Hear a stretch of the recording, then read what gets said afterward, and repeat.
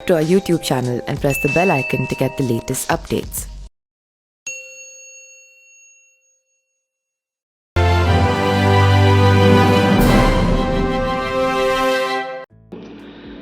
नमस्कार, मेरा नाम पिंटू सिंह यादव है और आप देखना शुरू कर चुके हैं न्यूज लाइव। दोस्तों, गैंगस्टर एक्ट में 4 साल की सजा होने के बाद सुप्रीम कोर्ट से सशस्त्र राहत मिलने पर बहुजन समाज पार्टी के सांसद अफजाल अंसारी की सांसदी एक बार फिर बहाल हो गई है। 29 अप्रैल 2023 को लोअर कोर्ट से सजा होने के बाद लोकसभा सचिवालय ने उनकी संसद सदस्यता निरस्त कर दिया था। सुप्रीम कोर्ट से राहत मिलने के बाद अफजाल अंसारी अब लोगों से मिलजुल रहे हैं और हाल की उनकी गतिविधियों को लोकसभा चुनाव 2024 से जोड़कर देखा जा रहा है। अफजाल अंसारी ने 2024 के लोकसभा चुनाव को लड़ने की इच्छा जाहिर भी किए हैं। ऐसे में भाजपा खेमे में भी अफजाल अंसारी के मुकाबले खड़े होने वाले कैंडिडेट के नामों को लेकर चर्चा जोरों पर है।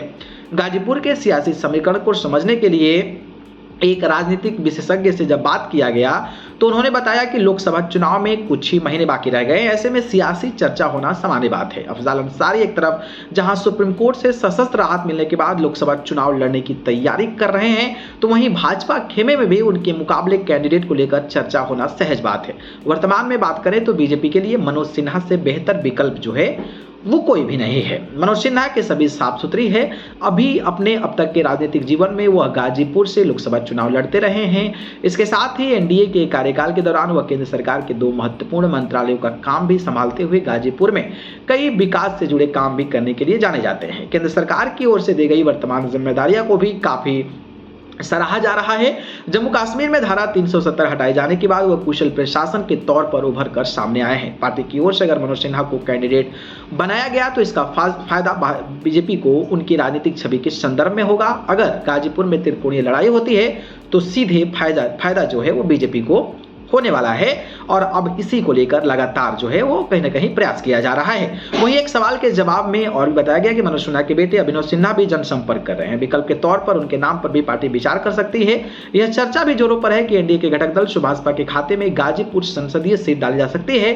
आंकड़े बताते हैं कि गाजीपुर के सभी विधानसभा में राजभर वोट निर्णायक संख्या में है। ऐसे में ओम प्रकाश राजभर की पार्टी भी गाजीपुर संसदीय सीट पर बेहतर प्रदर्शन जो है वो कहीं ना कहीं कर सकती है। इस सीट पर कभी सुभाषपा के कोटे से ब्रजेश सिंह को चुनाव लड़ने की तैयारी जोरों पर थी, लेकिन ओम प्रकाश राजभर के बेटे और पार्टी के राष्ट्रीय प्रधान महासचिव अरुण राजभर ने गाजीपुर से इस संभावनाओं को पिछले दिनों दरकिनार कर दिया था। हालांकि भाजपा के संगठन के भी कई लोग 2024 के चुनाव को लेकर अपनी दावेदारी पेश करने वास्ते पॉलिटिकल लॉबी में जुट गए हैं। अब देखना यह होगा कि आखिरकार गाजीपुर से भारतीय जनता पार्टी किसको चुनाव मैदान में उतारती है। बाकी आपको क्या लगता है, क्या अफजाल अंसारी जीत पाएंगे? बताइए। धन्यवाद।